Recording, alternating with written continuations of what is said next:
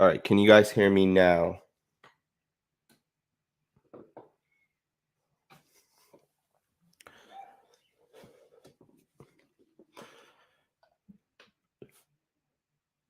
Perfect. Thank you guys for confirming. Sometimes I forget, man, to turn my microphone on. You have all these wires off camera that you guys can't see connecting this microphone here. Sometimes you forget, man, but I'm excited, man. I'm excited to go live because I'm really, really excited to talk about Johnathan Abram and Karl Joseph. I made a video yesterday of Karl Joseph just to kind of talk a little bit. It wasn't too long. It was like 3-4 minutes long. But I read every single one of your comments, and there were some really good comments talking about Karl Joseph and how excited people were to have him back. I'm very pumped up that Karl Joseph's back, man. And I'll be the first to tell you guys that initially when the Raiders drafted Karl Joseph, I was excited, and then I kind of watched him play for 2 years, and the excitement kind of went down because I saw some issues with his game, right? And we all know, if you watch Karl Joseph, you guys know that the biggest issue that Karl Joseph had was the fact that he was short, right? And that's not something that he can control, right? That's just what it is, right? And we would see like Travis Kelce just catch the ball over him, and other tight ends would do the same thing. And that had become a huge issue, right? Like we all saw it. And honestly, now that the fact that Karl Joseph is back, but on top of him being back, he's back in a system that's not going to force him to play strong safety. It's not going to force him to cover a tight end like Kelce, right? Or last year would have been Hunter Henry, but it's not going to force him to cover these tight ends. And I'm pumped up about it, man. Last night I actually went back to 2015 and 2016. I put on the West Virginia film, and I watched Karl Joseph, man. And you guys would be surprised how many times he played free safety, and he looked so much better at free safety. Like, it's crazy to think that, we took a guy, and think about this, right? I don't think a lot of people know this. Karl Joseph played in 4 games, right? His final year at West Virginia. He had 5 interceptions in those 4 games. That's crazy. Or maybe he had 4 interceptions in those 4 games. But he had a ton of interceptions his final year, and to think that he didn't have the same amount of interceptions with the Raiders, watching his Raiders film as well, you see what the Raiders did. In my opinion, that was negative, right?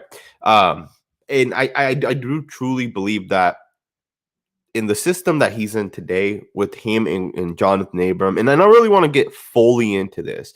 I want to be 100% thorough with how we're going to use Karl Joseph, but I just want to give you guys my thoughts of when I watched the film last night of Karl Joseph, right? Because I watched his West Virginia film.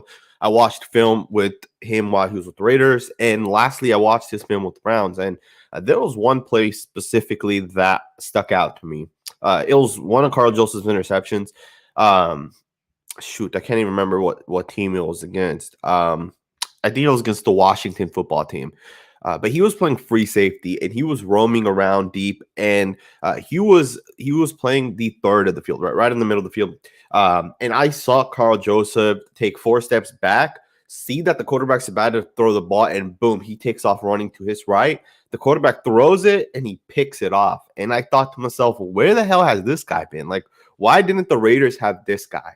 Why were the Raiders stuck with the guy who struggled covering tight ends? And then you really think about it, and you understand that Karl Joseph was limited because of the Raiders scheme, right?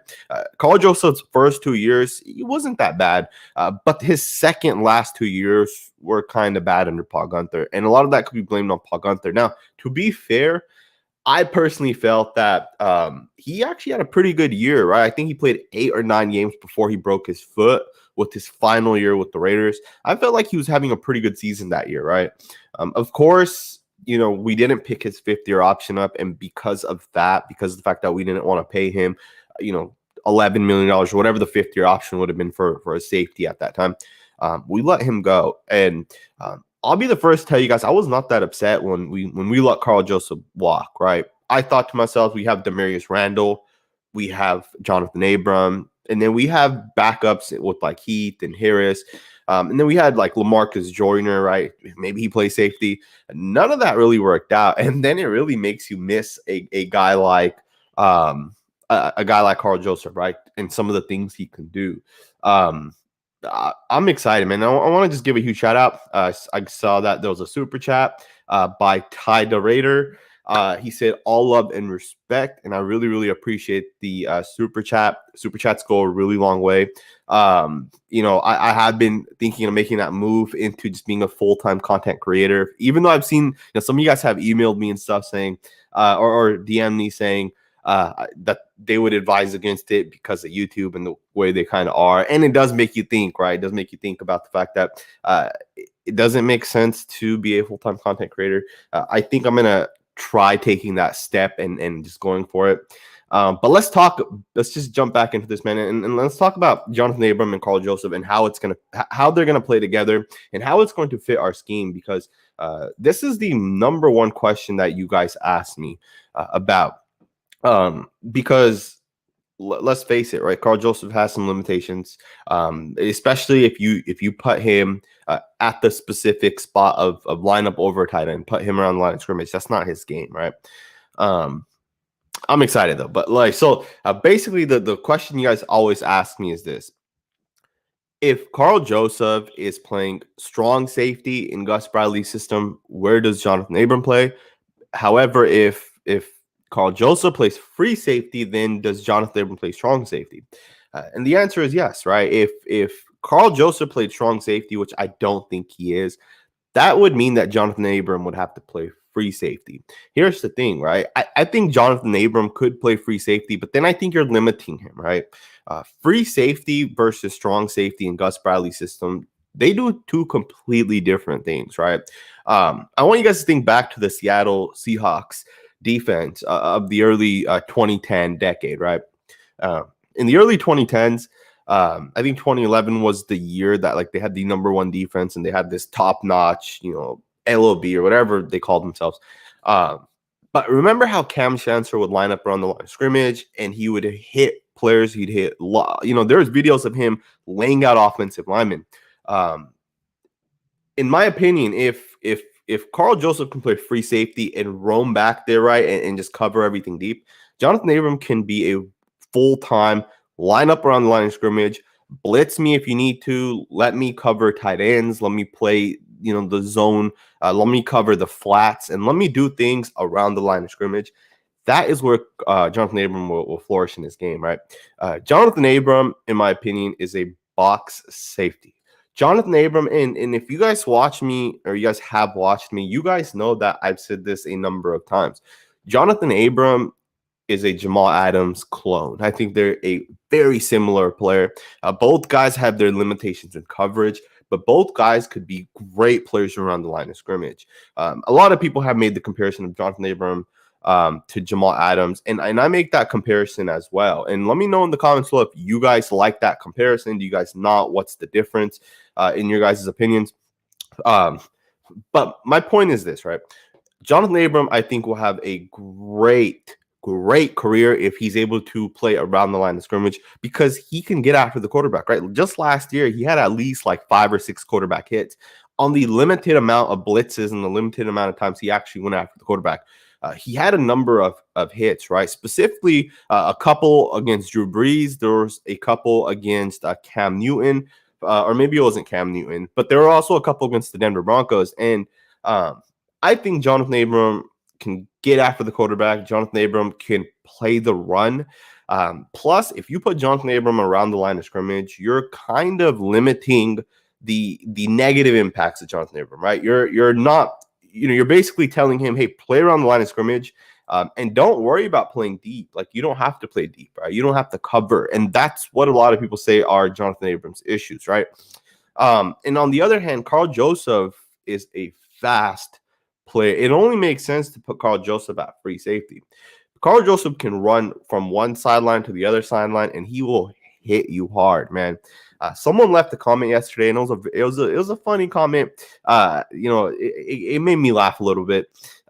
Basically, the comment read that John Gruden says to opposing wide receivers, after signing Karl Joseph, if they die, they die. And I found it funny because Johnathan Abram and Karl Joseph are hitters. Think about what that means, right? Karl Joseph will hit you. No matter, you can be 6'6", you can be 5'10", he will lay you out. Johnathan Abram's the same exact way. Name me a duo of safeties that will hit you harder than Johnathan Abram and Karl Joseph. I don't know if that exists in the NFL right now. I'm excited for this, man. Another thing I want to talk about.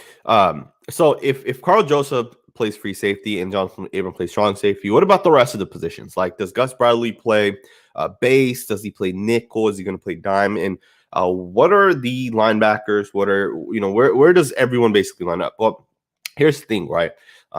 I think the Raiders defense is pretty much complete. I think that the team, the players you have right now is what's going to be your guys is, primarily it's going to be the guys that are going to start. On the exception that I do think that with pick 17, there is a chance that the Raiders do go and get Christian Barmore or another defensive player, right? And we'll talk about that in just a second. We're going to get into the draft and kind of what the Raiders can now do with pick 17. Because of the fact that we got Karl Joseph, it's going to allow us to be a little bit more free. But I do think for the most part, the roster on the defensive side of the ball is kind of what it's going to be. Now, as far as what kind of defense are we going to play base, nickel, dime? The NFL is changing, right? The NFL is not what the NFL was 5 years ago. It's not what it was even like 3 or 4 years ago, right? The NFL has gotten away from playing base. And what I mean by that is, in the past, the NFL would put in 4 defensive linemen. It would put in 3 linebackers. It would put in and then 4 secondary players for a total of 11 players. They don't do that anymore. There's no more 3 linebackers. You hardly play with 3 linebackers in there at a time. Today, it's primarily 2 linebackers with 5 secondary players. So the Raiders are going to play nickel, right, which is 5 secondary players. I'd say like 90% of the time. Which, it makes me think, like, who's going to be the Raiders slot corner? Like, who is the one guy that the Raiders can still have that can play slot? And I know a lot of people want Amik Robertson to be that guy, right? A lot of people want Amik Robertson to be the slot corner. I don't know if that makes sense, right? I don't know if Amik Robertson is ready to play slot and start and be a good player. I think it would make a little bit more sense if the Raiders were to go and maybe invest in Richard Sherman, right? Maybe invest in Casey Hayward. I think Casey Hayward's still a free agent. I think it might make a little bit more sense to invest in one of these guys, bring them in, and maybe they play the outside, and maybe you put Arnett or Mullen on the inside. And I know that's a huge transition, but one of those guys should be able to do it. Alternatively, you can go and draft, even in the first round, a slot player, right? A lot of people love Jeremiah Wosu-Cormier, who also goes by Jock. A lot of people love him, and he plays a lot of slot, man. And I wouldn't be surprised if the Raiders considered him to play slot, or even someone like Micah Parsons, right? Micah Parsons can play slot as well, and I would not be upset over that either. There's a lot of options that the Raiders have now, but we do have to still figure out who's going to be our slot corner. And I want to just take a second here and give a huge shout out to Travis Pierce. Pierce said, "Peace to Jason the Great." Keep moving up, bro. I really appreciate it, man. I really appreciate it. Shows me how long you've been supporting me. It's been like 4 or 5 years. It's been a long time since I've started making content. Personally, I feel like I've kind of grown. I've kind of figured out like what I want to do, what my style of making content is. So a huge shout out to you, man. I really, really appreciate that. We have a couple more super chats. We're going to just get into that, and then we're going to get right back into, actually, let me just finish my thoughts, and then we're going to get into the super chats. If you guys have questions, drop a super chat, or else just leave a comment, and if I see it and it seems like it's a good question, we'll jump into that as well. But I want to just finish my thoughts on the Raiders defense and kind of what I feel like makes the most sense, right? First and foremost, right? Nickel defense is what the Raiders are going to play primarily.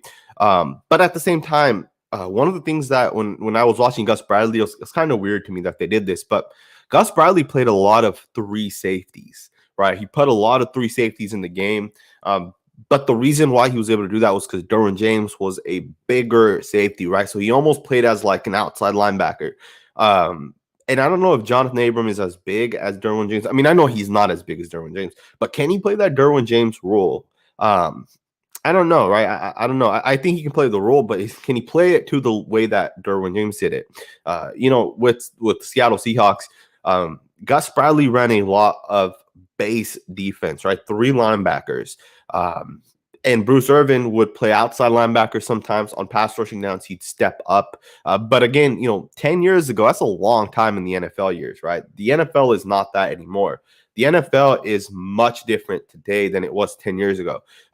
More recently, Gus Bradley isn't doing a base defense, right? More recently, with the Chargers, for example, Gus Bradley had three safeties in the game. And I wouldn't be surprised if the Raiders did that too. Don't be surprised if the Raiders go and get another safety. And then Johnathan Abram just kind of plays slot, right? He's more of a slot player, or he plays around the line of scrimmage. He plays slot and he covers wide receivers. Don't be surprised if Johnathan Abram does that as well, because Johnathan Abram can do a lot of things, right? Of course, he has some limitations in coverage. As far as the defensive line, it's going to be very interesting because, we have Yannick Ngakoue, we have Max Crosby, and we have Cleveland Burrow. And we've discussed this religiously at this point, right? Who's going to be the starters among those three, right? Only two will start. Unfortunately, I think Cleveland Burrow ends up on the bench. Or at least he gets more snaps taken away from him, which I wouldn't want to see, right? To be honest, if I had the choice, I love Max Crosby, but Max Crosby is so much better in passing play specifically, that I would consider just to have Max Crosby not play on first downs, let Cleveland Burrow play, and just kind of go from there, right? I do think that Cleveland Burrow at this point still has a higher ceiling than Max Crosby. Max Crosby is obviously the better pass rusher today. I don't think Cleveland Burrow will ever be the pass rusher that Max Crosby is. But Crosby already has like 16, 17 sacks in 2 years, right? That's top tier. Not a lot of players get that many sacks in any 2-year span. So Max Crosby is definitely special in that aspect. But I still think that Cleveland Burrow has the higher ceiling. Let me know what you guys think is going to be the starting defensive line rotation. I have a feeling it's not going to be Cleveland Burrow. I don't know why. I just have a feeling. But I am pumped up, and I want to get into these super chats really quickly. And then I want to talk a little bit more about the draft. Now, I want to know what you guys think about the 17th overall pick. What did the Raiders do? Let me know in the comments below. Let's get into these super chats, man. Again, super chats are really, really appreciated. So NYNTY, I'm not sure how you say it, Nitty5. Thank you for the super chat. We need to draft another cornerback in the first, if not yet another edge. That's very exciting, man. Or that's very exciting because I agree. We need another cornerback, man. And it kind of sucks. We've taken a cornerback last year with the 19th overall pick, and then Mullen in the second round. I don't remember exactly what pick that was, but we've taken cornerbacks basically in the top 50 of the draft at this point. And at what point is the cornerback going to hit, right? Like, at what point are we going to get the guy? Like, how many more times do we need to keep investing in corners? And obviously, I'm going to give Mullen 1 more year, and I'll give Arnett 2 more years. Before I make the judgment, right, I give 3 years to any player before we make that judgment. I'm going to give those guys that much more time. But right now, Arnett doesn't look like he looks good at times, especially against the run. But it's like every one of our players is like a run defender, right? Like Cleveland Farrell, Arnett, Mullen. Like, at what point are these guys going to start making plays in the passing game, right? I would not be surprised if the Raiders took a corner in the first. Edge defender is a little bit different. I don't know if I would agree with taking an edge defender, because not because we don't need one, right? Of course, we could always use an edge player because our edge players are not that great, or at least they haven't shown the production yet, but they're still young, right? Cleveland and Max are going into year 3. And then Yannick Ngakoue, brand new player, we just paid him $13 million a year for the next 2 years. But I do think that this edge class is not that deep. And I do think that because of the fact that this edge class is not that deep, there's no point in taking one at pick 17, because you're kind of reaching, right? I watched Kwity Paye for the first time yesterday. If you guys are not subscribed to my second YouTube channel, go subscribe to that channel. Basically, it's just if you put in Sanjit in YouTube, it'll come up. Basically, I make film breakdowns, and that's all that channel is. It's just film breakdowns of college players. I have access to the All 22 for college, which is much harder to get than the NFL All 22, right? The NFL All 22, you can just buy it from the NFL Game Pass. But for college football, it's much harder to get. I do know a couple of scouts that have shared it with me. So I do have access to the All 22, and I watched Kwity Paye for the first time yesterday. And I even made a film breakdown on my second YouTube channel. But I don't like him, man. I don't like him at all. He reminds me of Cleveland Farrell. And not saying that I don't like Cleveland Farrell. I think he's a perfectly fine player. But his pass rushing is limited. At least it has been in the first 2 years. He can still get better. He will get better. But at what? Like, how much longer do we have to wait, right? Like, if this year he only ends up with 3 or 4 sacks, it's like, at that point, isn't Cleveland Farrell a disappointment? If Cleveland Farrell only has 3 or 4 sacks in his third year for a total of 8 sacks over 3 years, that's a pretty big disappointment to take with the 4th overall pick. Because we talked about it, right? We all wanted Josh Allen or Montez Sweat, and those two guys are having fantastic careers so far, right, to the start of the NFL, or to their NFL career. But this edge class doesn't have it. Kwity Paye is not there, in my opinion, to take at 17. I watched Greg Rosal. I don't think he has it. I didn't really watch Jalen Phillips, so I'll have to go back and check him out. I know I'm missing 1 or 2 other guys as well. But yeah, I want to jump forward and get into the next super chat. I appreciate the super chat, the $4.99 super chat. We'll get into this next one. This one's by DZX11 or DZ12. I think it's DZ12. We need another version of Darren Waller. Man, wouldn't that be great if the Raiders got another version of Darren Waller? Well, here's the thing, right?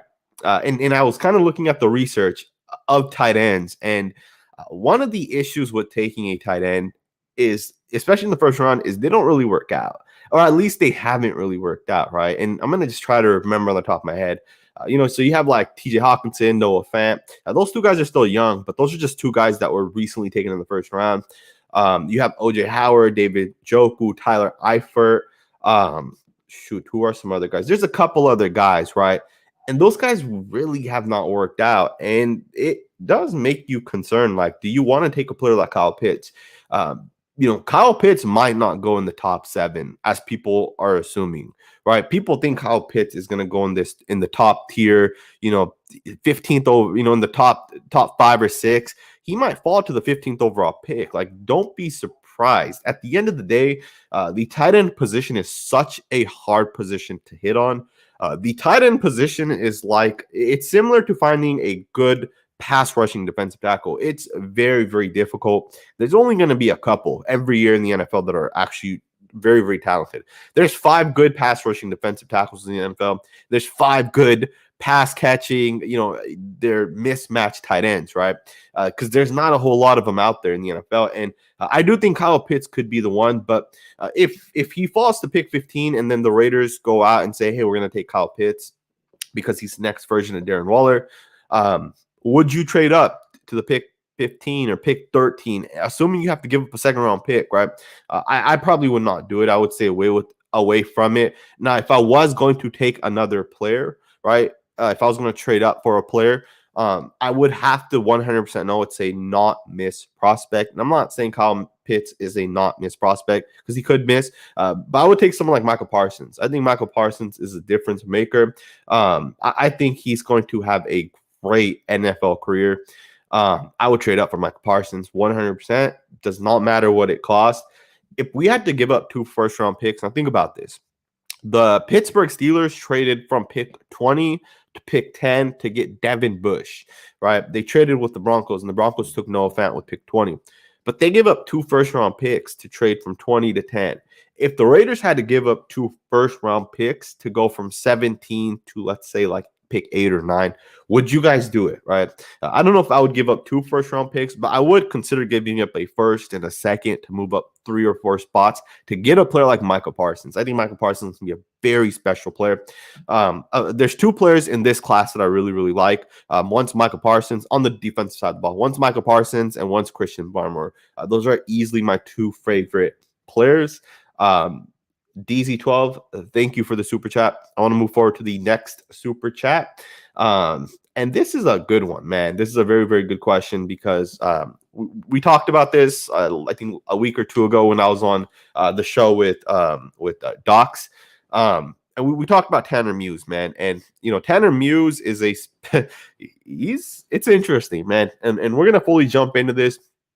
I do appreciate all the comments. I appreciate all the super chats. I appreciate everybody that's here. There's 312 of you guys watching right now, or 319. I don't know. It's going up and down. I really appreciate every single one of you guys. Make sure to hit that thumbs up button if you guys haven't already done that. It would mean a lot because it does help so other people can see this video as well. And let me know, man, do you guys see any lags, any issues? Is the quality good? Let me know in the comments below. I want to make sure, everything looks good as well. But let me go ahead and go up to this super chat. Mike Hawk, thank you again for the $1.99 super chat. You said that I say we try out Muse at slot. He's big and fast. And that's interesting, man. That's very interesting because Tanner Muse is fast. Okay. And for those guys that don't know, Tanner Muse ran a 4.4140. He ran a blazing fast 40, and a lot of people were surprised that he ran that because he doesn't play like he ran a 4.4140. It's crazy because he ran a 40 at that time, and people were saying, is he a linebacker? Is he a safety? Like, what does he do? And Tanner Muse played this very unique position within the Clemson defense. Basically, the Clemson defense played like this 3-3-5 look where they'd have 3 defensive linemen, 3 linebackers, and they'd have 5 secondary players, but they'd have 2 deep safeties, and then they'd have a guy between the linebackers and the 2 deep safeties, and that was Tanner Muse. It was a random position, right? But it worked for them because they won the national championship that year. But I definitely hear what you're saying about him playing slot. But the thing is you put even a player like Hunter Renfrow, right? Tanner Muse cannot cover Hunter Renfrow, and Hunter Renfrow, he's too quick, right? Within a 6-yard distance, he just burned Tanner Muse. At least I don't, who knows, right? I haven't watched enough of Tanner Muse. He really didn't play for the Raiders, so I don't know what he's going to end up being like, right? I do look forward this preseason to watching Tanner Muse. That's actually one of the many players that I'm pumped up to watch, man. I can't wait till the preseason comes around because that's when we're going to get to see all of these players, right? We're going to get to see the Gus Bradley scheme. We're going to get to see all these, interesting things. Maybe Karl Joseph and Johnathan Abram will hit somebody, right? Who knows, right? We'll get to see all that. I wouldn't mind if we tried him out in the slot, but I don't think that's going to work out. Personally, I don't think that's going to work out. I want to actually, there's a comment by Jeff Roy TV. He said defensive tackle at pick 17. I want to just touch on that really quickly. I wouldn't mind, man. I would not mind if the Raiders took a defensive tackle at pick 17. Do you guys think the Raiders should take a defensive tackle at pick 17? Let me know in the comments below. And if so, who's the guy that you guys should take, right?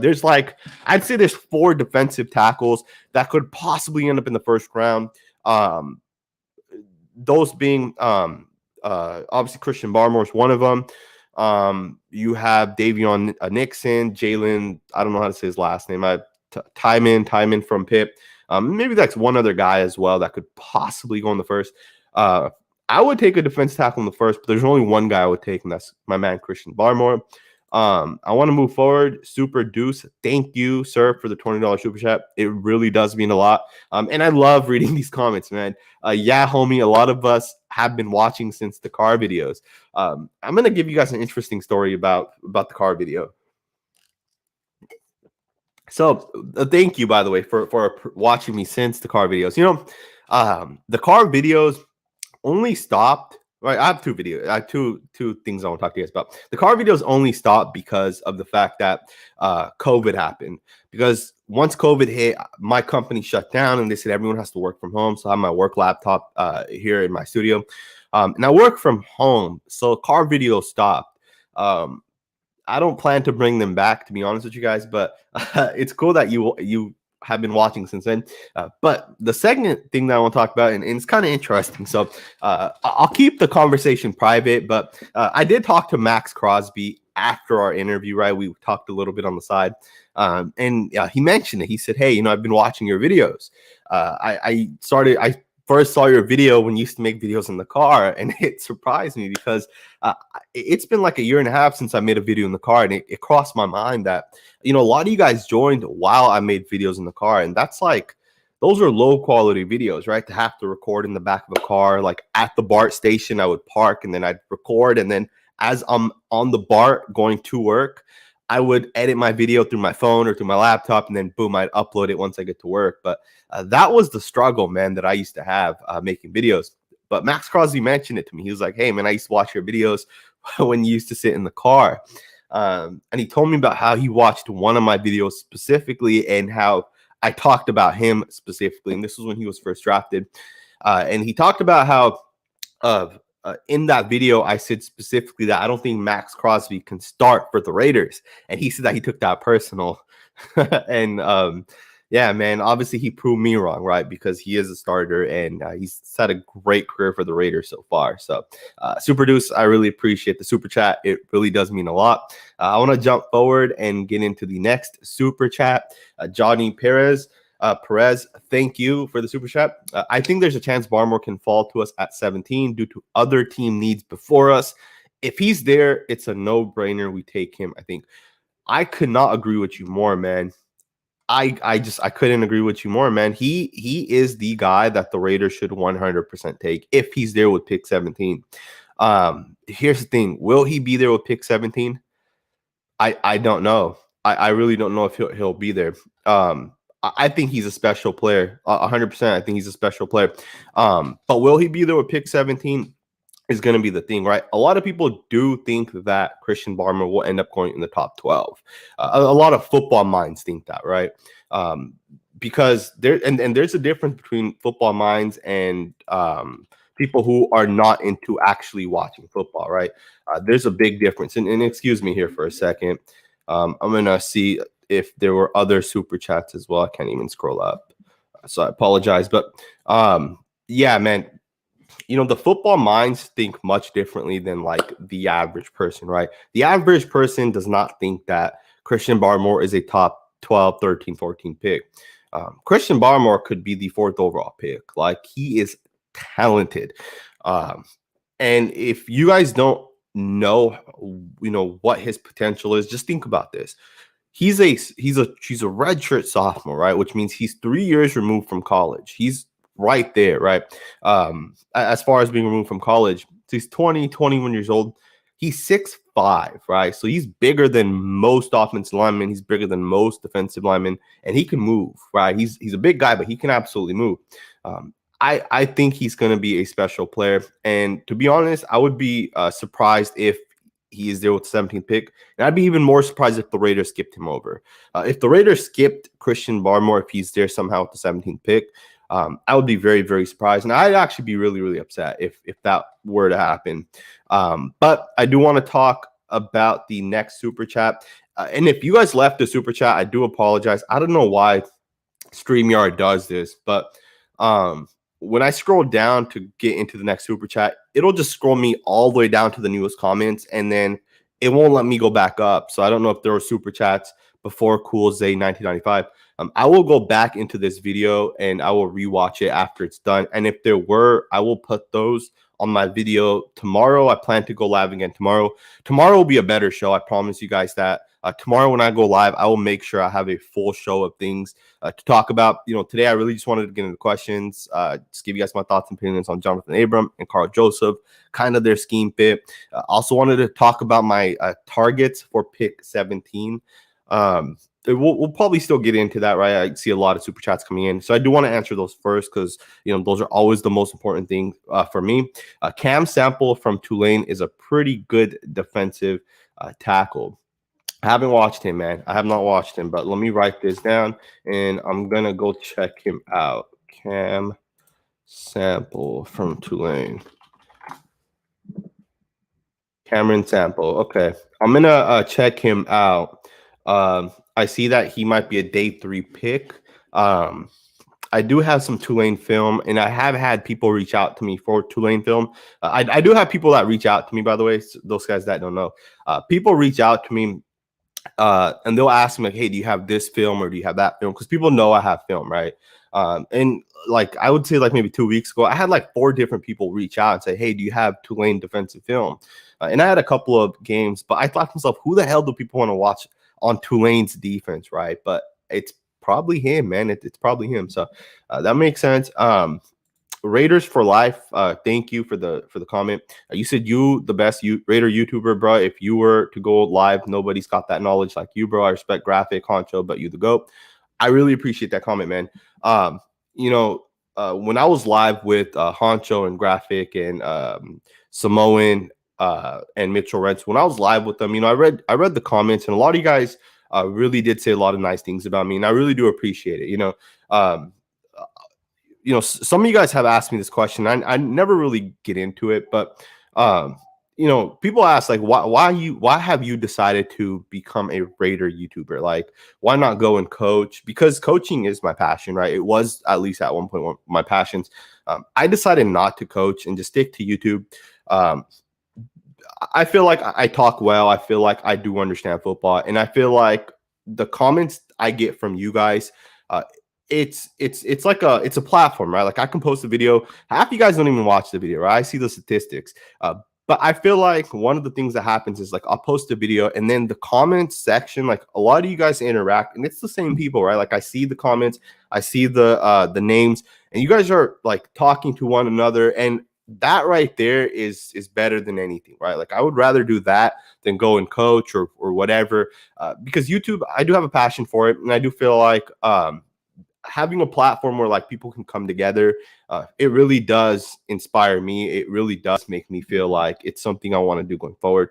And that is one of the reasons why I've decided that I do want to get away from my 9 to 5. Like I would rather go live every single day and just talk football, talk about the newest stuff.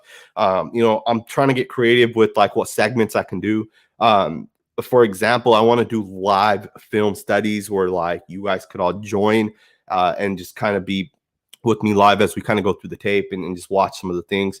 At the same time, I appreciate comments like this a lot because it really does mean a lot. I don't think I am the GOAT. I think that there's a lot of really good YouTube content creators. I think all of us kind of do like our own thing, and we all have our own things that we're good at, right? I'm not the best at talking, right? I know that for a fact. I know, Samoan's a great speaker. Samoan also does a great job in production. Mikey does a great job. Mitchell Rents does a great job. Graphic, Honcho, all these guys, they do great jobs. Raider Cody's another one. Kenny King, all these guys do great jobs at their own different things, right? But yeah, I appreciate the comment a ton. Let's move down and let's just get towards the bottom because I see there's a lot of comments.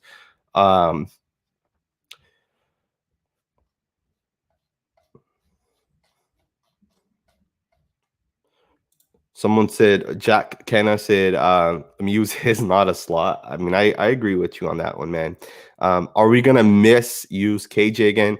I don't think so, man. I don't think so because we don't have Paul Gunther anymore, right? Some Mr. Raider Nation, Renfro's fire. I agree with you on that one. I did see a couple super chats, so let me get into those. This one comes from Cool Zay 1995. Let me just make sure I didn't skip any up here. I can't even go any further. But do you think Parker is going to be a starter at right tackle? And who do you think is going to make a big jump on the Raiders? Keep up the good work. Go Raiders. I really appreciate the super chat, man. I think that's your second super chat already. So I really appreciate it, man. Do you think Parker is going to be a starter at right tackle? I'm gonna ask Colton Miller. I'm gonna say, hey, man, is Denzel Good the starting right tackle? I'm gonna log in right now and I'm gonna reach out to him and we're gonna see what Colton Miller thinks. Hopefully he can give me some insight. I'm gonna let you guys know what he says. All right. Hopefully he responds. Hopefully he doesn't leave me on red. But we'll see what Colton Miller thinks, man. And maybe Parker's the starter. Maybe Denzel Good's the starting right tackle. If you guys had to make a choice, Parker or Good, who is your starting right tackle? Or alternatively, do you guys think the Raiders should draft a right tackle? Um, in my personal opinion, I think Parker has a shot at starting at right tackle. There was a time last year where Brandon Parker played so much better. Like the first 4 or 5 games, he was playing really good. He didn't allow a sack. But at one point, like something just happened. He just started getting his ass kicked, and it was just downhill from there. Um, I do think Parker has a shot at starting. Would I be happy knowing that he's going to start at right tackle going into week 1? I would not. I would not feel comfortable if Brandon Parker is the Raiders starter week 1. I would need to see him play week 1, week 2, week 3 for me to feel comfortable with him for the rest of the season. If he is the guy going into week 1, I'm gonna be nervous, right? I'm gonna be very nervous. Now, if Denzel Good's the starter at right tackle going in, I'm perfectly fine with that. What do you guys think? Do you guys think Denzel Good can be the Raiders starting right tackle? I think he could. I think Denzel Good makes more sense to be your starting right tackle than right guard. Again, thank you for the $5 super chat. You've asked a ton of really good questions, so I appreciate it. Brandon Caldwell, what do you think our defense will rank this year? I've talked about this recently about our defense. I think the Raiders defense is going to be so much better this year. Um, Let me know what you guys think in the comments below, because I want to read your guys' comments about that. But I do 100% think that the Raiders defense this year is going to be a top 15 defense. Don't be surprised if it's a top 10 defense, because we've had a ton of players, right?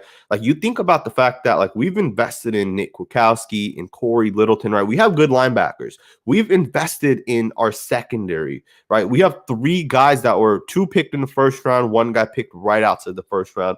Over the last 3 years, you look at our 4th overall pick defensive end, you look at all the money we spent with the defensive tackles, you look at the defense in general, and we have a good defense in terms of players.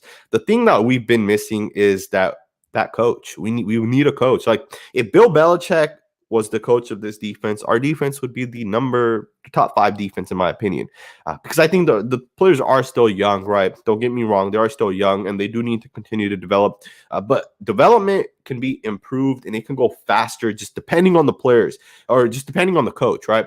The players are there in my opinion. If I had to guess, so if I had to be a little bit more specific, I would say that the Raiders defensive line and linebackers will be better against the run than they will be against the pass. At the same time, I think that the Raiders secondary at defending the pass might struggle a little bit because they are still young, right? Karl Joseph's going into his 6th year. He's 27. He's like the veteran at this point. Our secondary is still going to struggle, in my opinion. But I think against the run will be a top 5 or 6 run defense. And that is solely based on scheme alone. Gus Bradley wants to stop the run. He's going to be 100% committed to stopping the run. So when you have a coach that wants to stop the run, you're going to stop the run, right? That's what he's preaching every day. And that's what he's going to tell the defense we have to do, right? I think the Raiders will be much better this year on the defensive side of the ball. I want to jump forward. So thank you for the super chat. I really appreciate it. I want to jump forward to this one by Mike. He left a $6.99 Canadian $6.99. I think that's what CA stands for. So you'd pick Barmore even if Jenkins, Moreg, or Jock are there. I honestly see right tackle or free safety as a bigger need. I respect your work. Thank you for the comment. I really, really appreciate it. I really appreciate the super chat. Again, super chats really go a long way, so I really appreciate it. It's a good question, right? If Tevin Jenkins is there with the 17th pick, if Trevin Morag is there, if Jeremiah Wosu Cormier, aka Jock, is there, would I still take Christian Barmore? I would. I would not, even if the Raiders don't know who their right tackle is going to be, even if the Raiders don't know who their free safety is going to be, even though we just got Karl Joseph, let's just say we're still unsure. If Christian Barmore is there or Michael Parsons is there. Now, I don't think Michael Parsons is going to be there, so I don't mention him as much. But Christian Barmore could fall a little bit. Some people, at least the media has been talking about how he could possibly fall. But if Christian Barmore is there, Christian Barmore is going to be a special player. I was not sold on Quinnen Williams coming into from college to the NFL. Just to be 100% honest, I was not sold on him for the sole reason that I didn't really know what to look for in a defensive tackle. Right.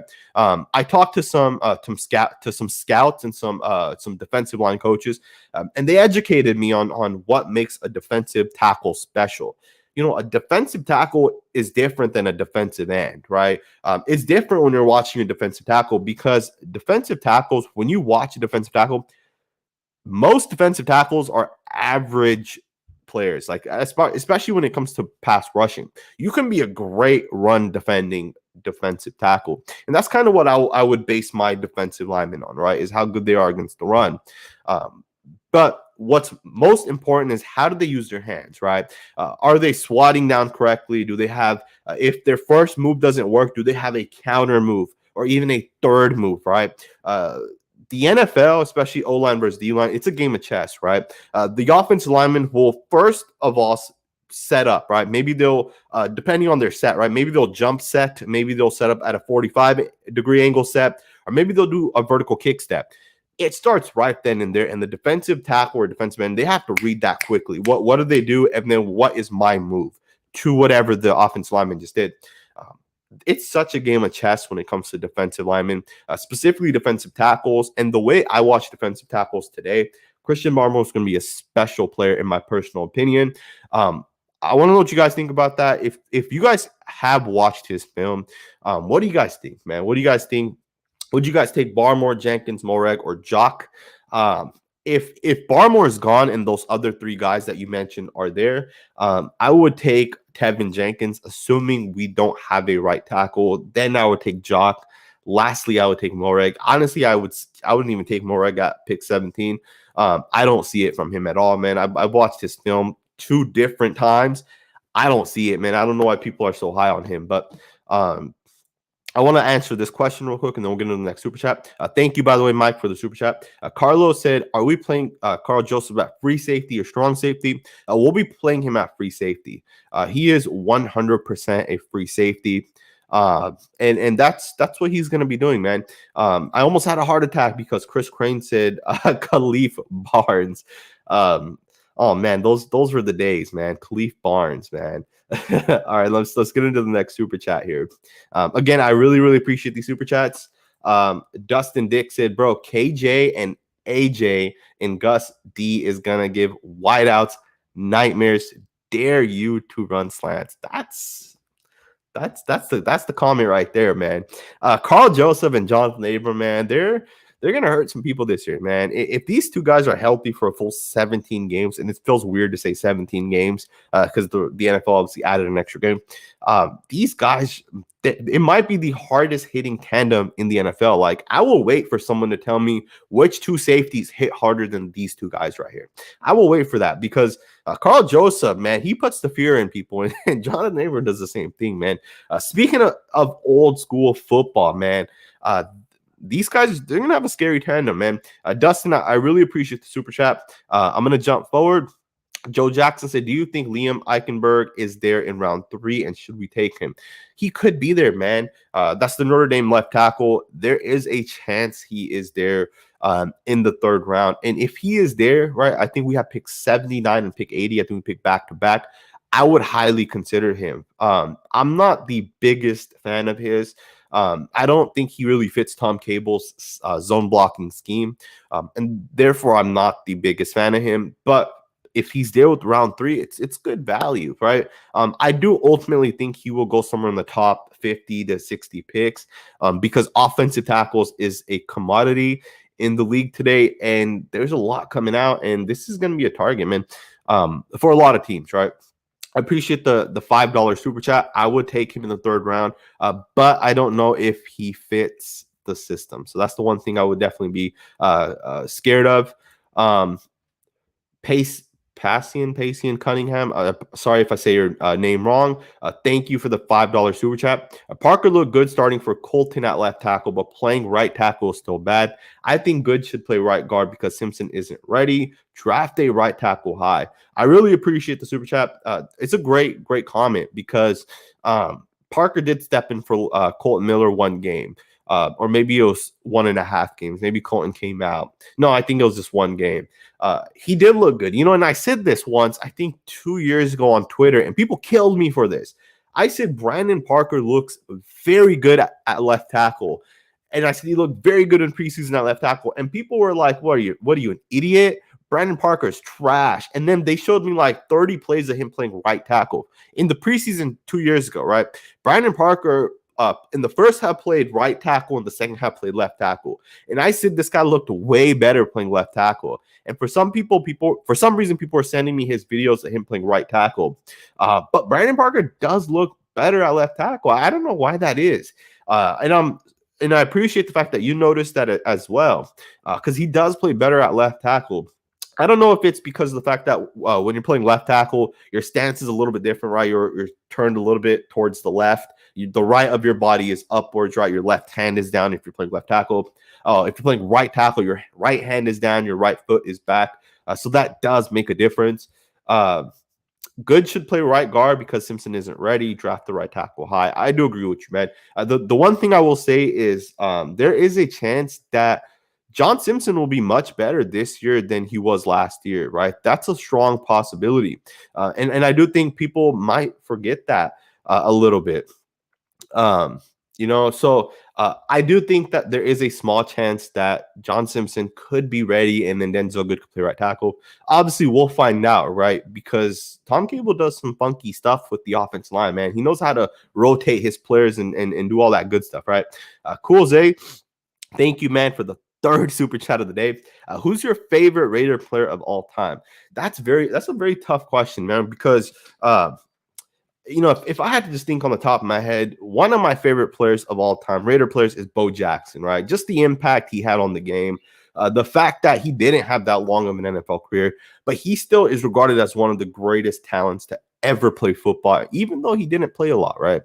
Bo Jackson is definitely one of my favorite Raider players of all time.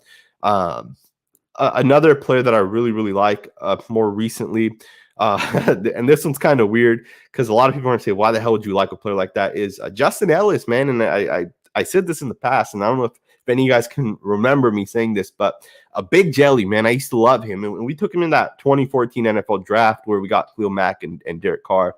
But Justin Ellis, and he's still in the NFL, and he's a good player, man. He's a nose tackle for those guys that don't remember. But Justin Ellis was one of my favorite Raider players. And I just loved the way he played. I loved watching him because he played the game of football the correct way. And he was never a sack artist because he's a nose tackle, right? And that's what the Ravens use him for. The Ravens just re-signed him as well. He's a nose tackle, and he's a good nose tackle. He knows what he's doing. He knows how to do his job, his responsibility.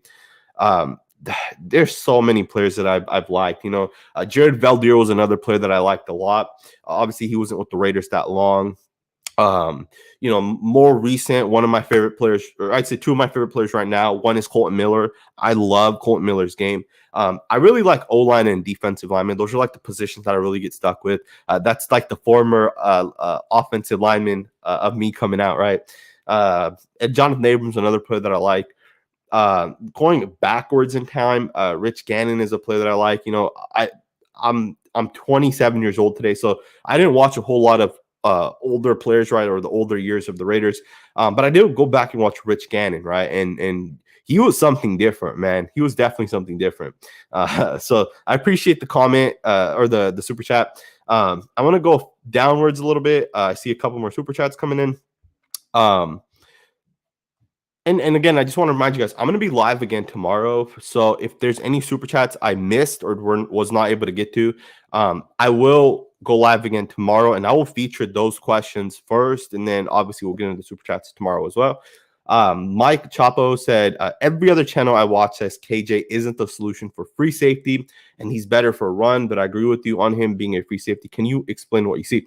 So thank you for that comment, because that's a great question. And it is something that even people on Twitter, like I feel like, there's a lot of people who watch the Raiders, but there's not a lot of people who understand schemes of the NFL and really understand what teams are trying to do, right? First and foremost, free safety is a position that if you have a great free safety, great. If you have a shitty free safety, you're not going to notice that big of a difference, right? Because they don't have a huge impact. Free safeties, 80% of the time, aren't doing anything other than just playing over the top, playing deep, right? On one play, they'll double the receiver to the right. On the next play, they'll double the receiver to the left.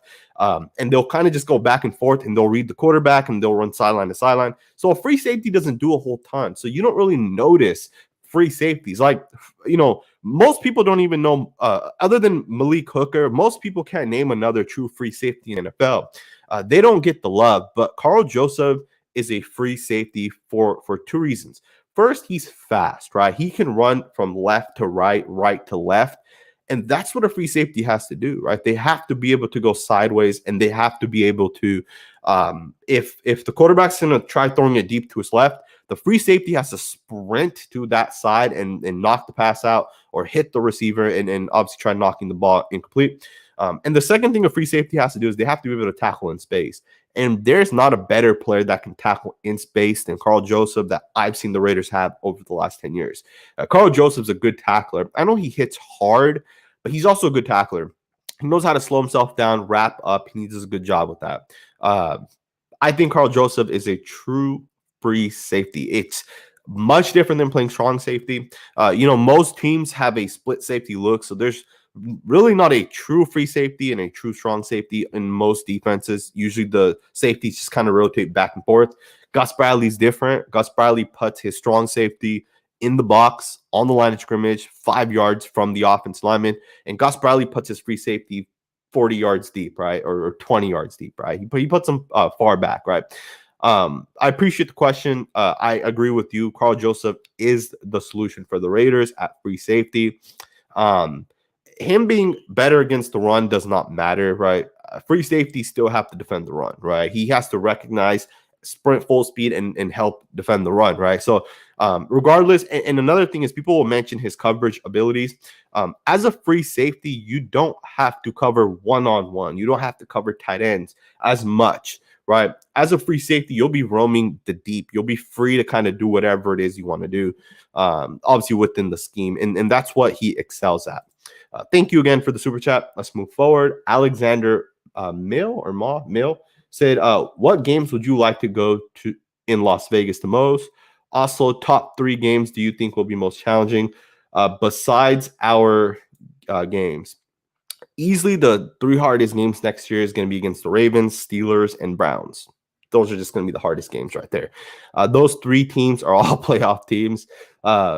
That's going to be tough, man. There's no games. And then obviously, you look at the Chiefs, that's going to be a tough game as well. Next year's going to be tough, man. We have, in my opinion, a pretty tough schedule. What games would you like to go to in Las Vegas the most? I'm not even sure which games are in Vegas. I'd be down to go to any game, man, to be honest with you guys. And I do want to go to the games. I don't know if I'll be able to, right? I have some things that are going to be coming up soon here. So I don't know if I'll have the opportunity to go to Vegas. Hopefully I can go.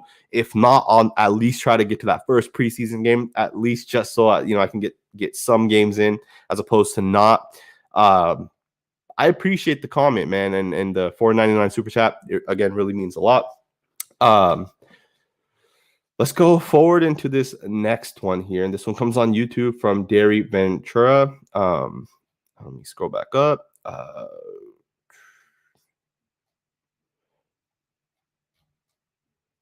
What do you think our best record would be, Max? So 17 games. It's crazy because I would say like 11-6. I don't know if we make the playoffs if we only go 11-6, right? 11 games last year would have put you in the playoffs. I don't think that's going to happen this year. We would have to win at least 12 games. And I think it's possible, right? But a lot of it's going to be, we have to at least very minimum split with the Chiefs. We have to go 1-1 with the Chiefs. And I think we can. I think we can even sweep the Chiefs this year. I think the Chiefs are going to be a much worse team this year. The Chiefs are trying to build their running game, right? Which I think is the wrong thing for them to do. They're spending a lot of money on guys that are going to help their run, right? And maybe not as much to help them in the past, right? but I think the Raiders can win 11 to 12 games. But it's going to be hard, right? It's going to be difficult. We have to play perfect games in order to win. If we don't, we're going to lose a lot of games, man. The defense has to step up. I have no doubt in my mind that the offense will continue doing what they do. But it's really going to come down to what's the defense going to do and how is the defense going to be this year, right? I want to move forward into the next one. Again, Tudi Zamudio, and I'm really sorry if I say your name wrong. I am the worst person when it comes to names. I don't know why, man. I just never really learned to read, right? So I apologize. But do you think Corey Littleton improves this season? Absolutely, man. Corey Littleton is going to be so much better this season because he has a competent defensive coach. We're going to see it within the first 2 to 3 weeks, how much better the defense looks, how much more they communicate with one another. We're going to see the pass rush look better, right? Our end tackle stunts are going to look way better, right? The stunts that our defensive lines are going to be doing, everything's going to look better. Rod Marinelli is going to have his guys going because we have a competent defensive coach, and that makes a world of difference, right?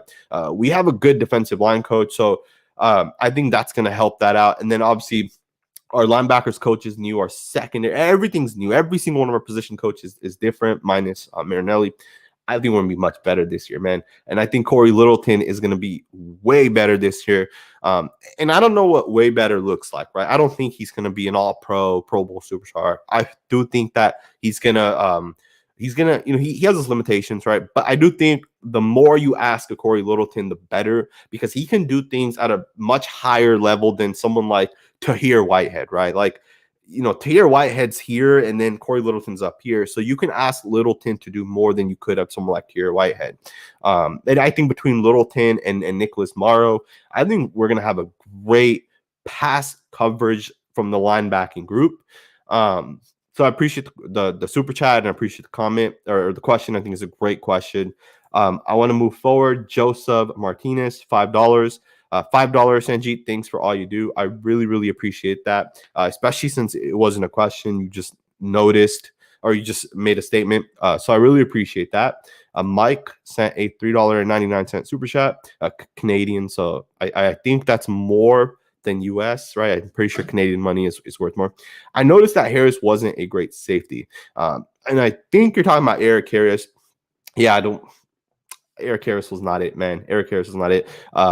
But Eric Harris, the one thing I will say with him is Eric Harris was a good rotational player, and he can fill in, right? And he can do things, but he isn't a starting caliber player at all, right? That's not Eric Harris's game. But he was an okay rotational player, but he's not a full-time starter. Going into last year, I personally thought that that Demarius Randall was going to be the Raiders guy, right? I personally thought that. But obviously that didn't work out, right? Javier Lopez, thank you, by the way, Mike, for the super chat. Javier Lopez asked, where's Big Jelly? He is now with the Ravens. He was there last year, and he re-signed with them. I think he's there for the next 2 years as well now. I want to actually just highlight a comment from Medwin Ortiz saying, Sanji, I'm really close to unsubscribing for you, saying Karl Joseph solves our free safety needs. I'm sorry if you feel like Karl Joseph does not solve our free safety needs. I think he does, right? And that's just my personal opinion. If you have an opinion that's different, you can leave that opinion in the comments. Great, but I think he is the guy, man. I think Karl Joseph, I watched his college film. If you missed out, I talked about it a little bit at the beginning. I watched Karl Joseph at West Virginia. I watched 2015 and I watched 2016. In 2016, in the first game of the season, he had 3 interceptions, and he played free safety 95% of the time in that game. I think it was against Iowa or Indiana. I can't remember on the top of my head. But he had 4 interceptions or 5 interceptions in 4 games that year, right? And that was because he was a free safety. You look at him against the Browns, he had 2 interceptions in the Browns season this past year. Both times he was lining up at free safety. Karl Joseph is a free safety, and I don't care what anybody says, right? And he's only 27, so we'll see what he does, right? But going back into the super chats, Fernando Garcia, I really appreciate the super chat. I love talking about the O-line and appreciate everything you do. Top-notch analysis and always pumping out content. we are sleeping on Lester Cotton. That's the comment right there of the day, man. I appreciate the super chat first and foremost, and I love talking offensive line as well. I'll be getting into offensive line content much deeper. And on my second YouTube channel, that's really all I've been focusing on is offensive linemen. So if you guys aren't subscribed to that, just search Sanjit and it'll come up. It's actually Sanjit Tour, which is my last name. And it comes up, so you guys can just YouTube it and it'll come up. People are sleeping on Lester Cotton. I really want to see where Lester Cotton's development is, right? We saw him his preseason year, which was the same year Andre James was a rookie. At the same time, he wasn't on our team last year, right? We ended up cutting him, but we didn't have an offseason. We didn't have preseason. We didn't have a true training camp. So Lester Cotton ended up getting cut, but he's back with the team. And Lester Cotton was one of my top offensive guards coming out of college, right? And now keep in mind, that's true offensive guards. And honestly, there weren't any good offensive guards really even coming out that year. I went back and I looked, right? That was 2 years ago. I went back and I looked, and there's no offensive guards that are currently starting in the NFL from that year, which talks a lot about the offensive guards from that year. But I want to see where Lester Cotton's development is, man. I do think that there is a chance that Lester Cotton could end up playing for the Raiders, man. Don't be surprised, right? That is another guy. I said Andre James and Lester Cotton were the two guys that I think the Raiders could absolutely see maybe having significant playing time. And Andre James is about to have that, right? Don't be surprised with Lester Cotton either. Thank you for the $5 super chat. I really appreciate it. NA Warrior 69 said teams will fear Joseph and Abram. You agree? I absolutely freaking agree.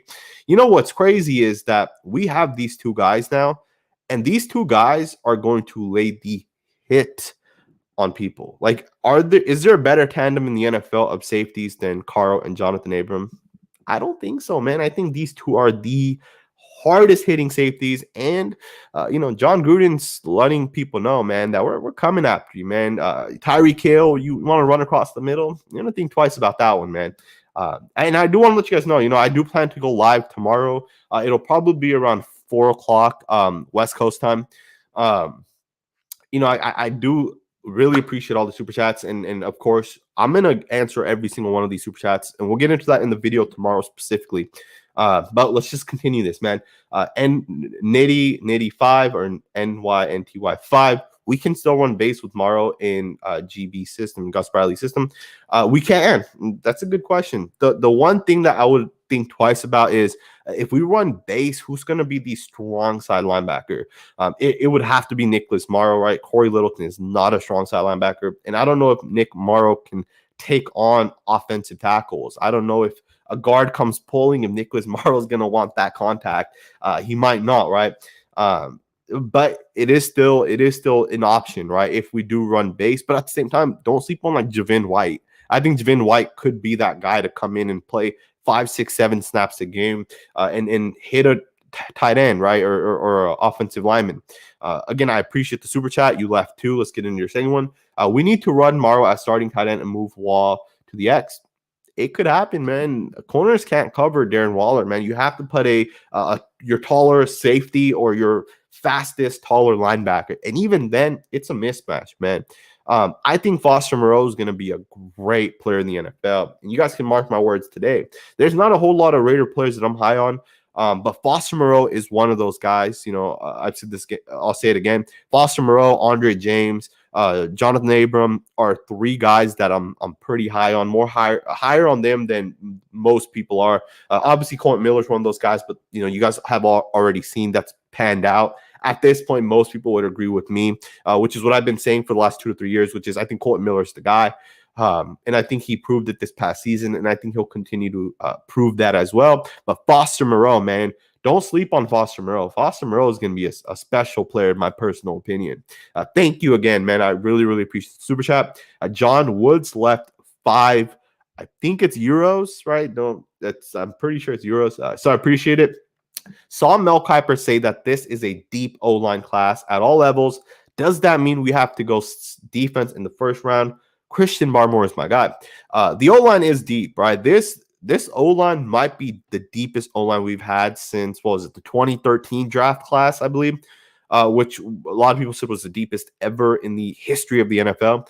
people said last year's O-line class was deep. This O-line class is deeper. If you can get quality guys in the second to third round, and I 100% agree with Mel Kiper. And that's the thing, right? Is if Christian Barmore is there, if Micah Parsons or even Jeremiah Owusu-Cormier is there, or Jamin Davis is there, and you feel, by you, I'm saying Gus Bradley or Mike Mayock, if you feel that one of those guys can be special, but let's say Tevin Jenkins is there and even Christian Darrisaw is there, and those are two tackles, do you want to wait until the second round to get a guy like Samuel Cosme from Texas, or some like the Michigan offense tackle as well? I think you should wait if you can take a guy like Christian Barmore or one of these defensive players in the first round, right? I think you should wait.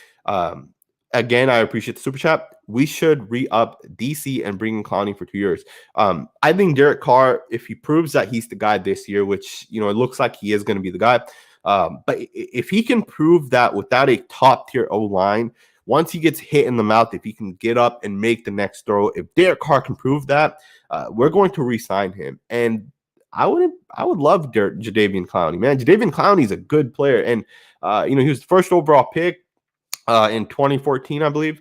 And it's crazy because he's still a free agent, man, and he's like been bouncing around the league, which is kind of surprising.